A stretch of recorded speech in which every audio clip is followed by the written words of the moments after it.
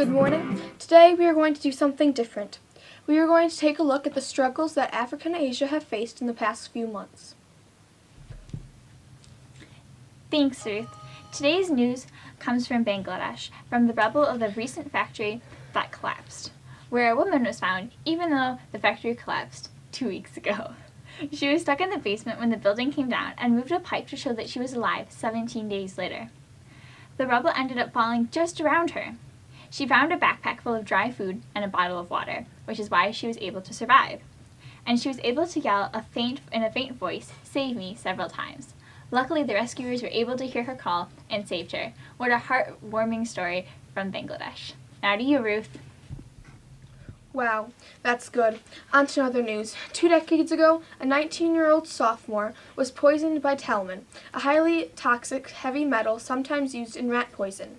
This case has been closed for over a decade, but this seems to be getting attention from the media after a young film star tweeted, 19 years ago, the young Zhu Ling was poisoned. 19 years later, this name has been poisoned. This tweet refers to the fact that the suspected culprit has been released. We will keep you posted on this story. Now here's weather. Right now in Beijing it's 64 degrees. Today it's a high 82 and tonight it's a low 61 degrees, partly cloudy with a chance of rain. Thanks, Tania, for that great weather report.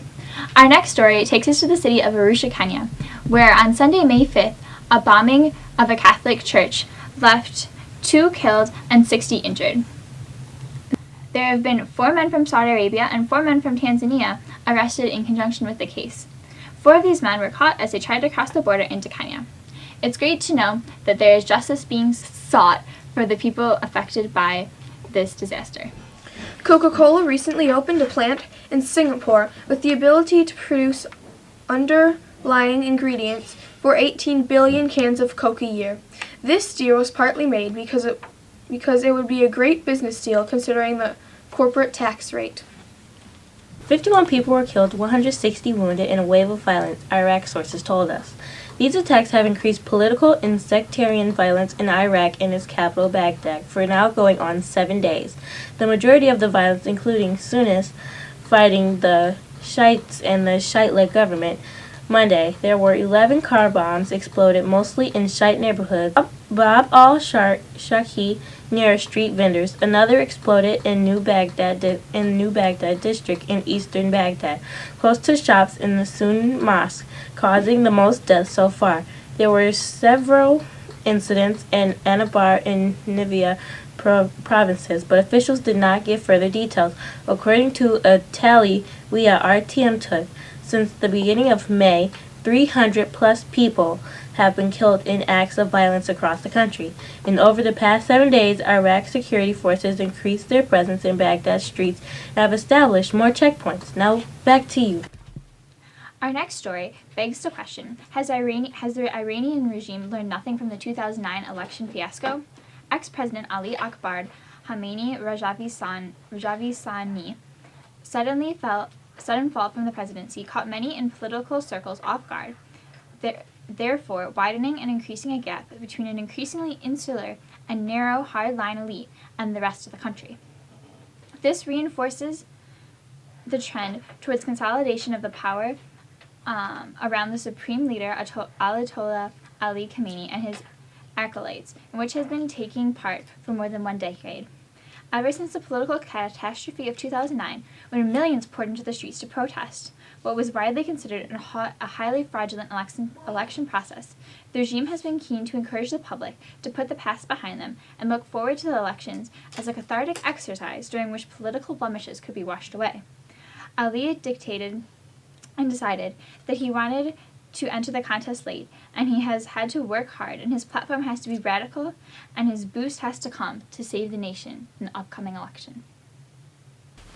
Inside, the Middle East travels to the nation where the Arab Spring protest was born in January 2011 to see all that has changed since 2011 when the Tunisian fruit vendor Mohamed Bouazizi sparked by the lack of opportunities for employment, sparked a wave of anger that quickly spread across Tunisia and the Middle East. Now, in 2013, not much has changed economic-wise. The changes that have been made are in conservative arts and culture scenes.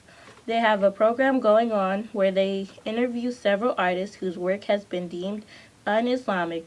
Salafish Sheikh explains why some forms of expression should be contained. Now here's a word from our sponsor. Bored of overcrowded beaches and world's largest ball of yarn? Leave behind the boredom of America and take a trip to the Orient with Eastern Hemisphere travel. Whether it's to a safari in Africa, the Taj Mahal, or the Great Wall of China, Eastern Hemisphere travel is with you every step of the way.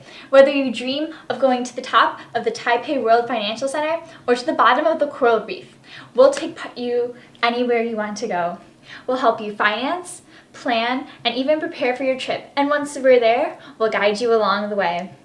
So whether you dream of the bustle of Bangkok or the peacefulness of the Himalayan mountains, Eastern Hemisphere travel is with you on every step of your journey. Israeli authorities were preventing families from Gaza to visit family members in prisons in Israel and the West Bank on Monday, November 12, 2012. It has been found out that this had been going on from 2007 to July 2012, about 5 years. Abdul Karim Mohammed Abu Hebel, age 22, was one of the poor souls in prison with no one to visit him. He was arrested in April 2004 when he was only 14 years old. His father, Muhammad Ibrahim Abu Habel, says that since Karim was arrested by Israeli forces in 2004, we have only seen him 6 times. It has been hard for Muhammad, who has lost one son in an Israeli airstrike in 2006. He lost his wife in July 2012, who last got to see her son for 15 minutes. Kareem was arrested when he was playing with a friend by an open compound near his house. When he was arrested in April 2004, we were not officially notified or informed by anyone of his arrest. We searched for him vehemently. It was only a month or so when some of the people who had been detained with Kareem in the prison in Ashkelon were released that we learned of our son's arrest. After having made numerous unsuccessful attempts to confirm that he was being held there, we finally received a phone call from a female soldier asking us to arrange for a lawyer because Kareem was going to be charged with crimes and there was going to be a trial. His trial lasted for 2 years and he was found guilty by the Israel military court in Erez of 15 different accounts. He was sentenced to 9 years of imprisonment for blowing up an Israeli tank. Mohammed Tuman, 85, was 19 years old when he and his family were forced to flee from their home in Ashdod, December 20th, 1948.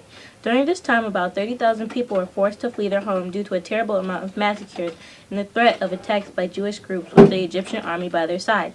Muhammad and many other refugees walked for 4 days through the desert. 48 villagers died, some were killed, and 15 were stolen away and taken hostage, including Muhammad's brother Ahem, who was killed later. Muhammad's group of refugees found a refugee camp in Khan Yunis.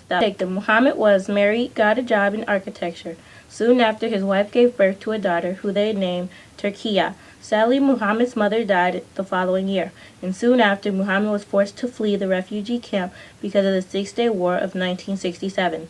A week after Muhammad and his family fled the camp, an Israeli army planes dropped leaflets instructing them to return to the camp. But when they did, Muhammad and his family had no place to live, and Muhammad had no job. Muhammad's wife's brother and sister had heard about the tragedy and asked Muhammad if he wanted to come and live in Lud with them, and they found him a job. After 20 years, Muhammad traveled north to the place of his birth. Muhammad worked in Israel until 1978. He then returned to Khan Yunis and started a shop.